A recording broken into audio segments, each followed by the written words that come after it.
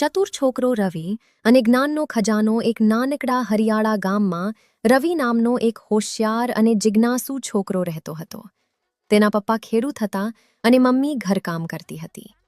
રવિને બાળપણથી જ નવી નવી વસ્તુઓ જાણવા અને શીખવા ખૂબ ગમતું હતું. રવિ રોજ સવારે વહેલો ઉઠતો, તૈયાર થતો અને સ્કૂલ જતો.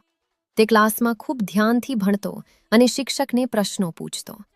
શિક્ષક પણ તેની ઉત્સુકતા જોઈને ખુશ રહેતા. એક દિવસ સ્કૂલમાં શિક્ષકે કહ્યું, બાળકો, જ્ઞાન સૌથી મોટો ખજાનો છે. આ વાત રવિના મનમાં બેસી ગઈ.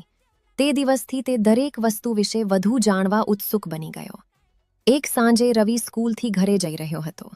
રસ્તામાં એક જૂના વૃક્ષ નીચે તેને એક ધૂળ ભરેલો બોક્સ મળ્યો. રવિએ આસપાસ જોયું, પણ ત્યાં કોઈ ન હતું. તેને ધીમે ધીમે બોક્સ ખોલ્યો. બોક્સની અંદર એક જૂનો નકશો હતો.